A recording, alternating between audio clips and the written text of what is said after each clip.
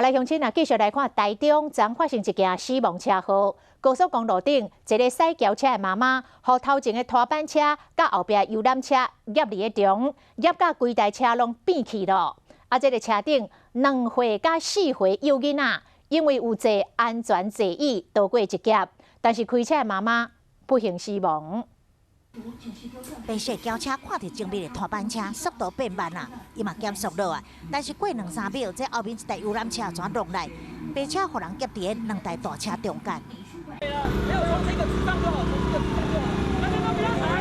这是25台中发生的死亡车祸，开后日带囡仔去上课，女性女驾驶互夹伫车内当场死亡，车顶2岁、4岁小囡仔，我甲载拢安全座椅，只有轻伤，但是妈妈死去啊！后西赶到病院，抱囡仔话拢讲袂出来，大家是伤心痛哭。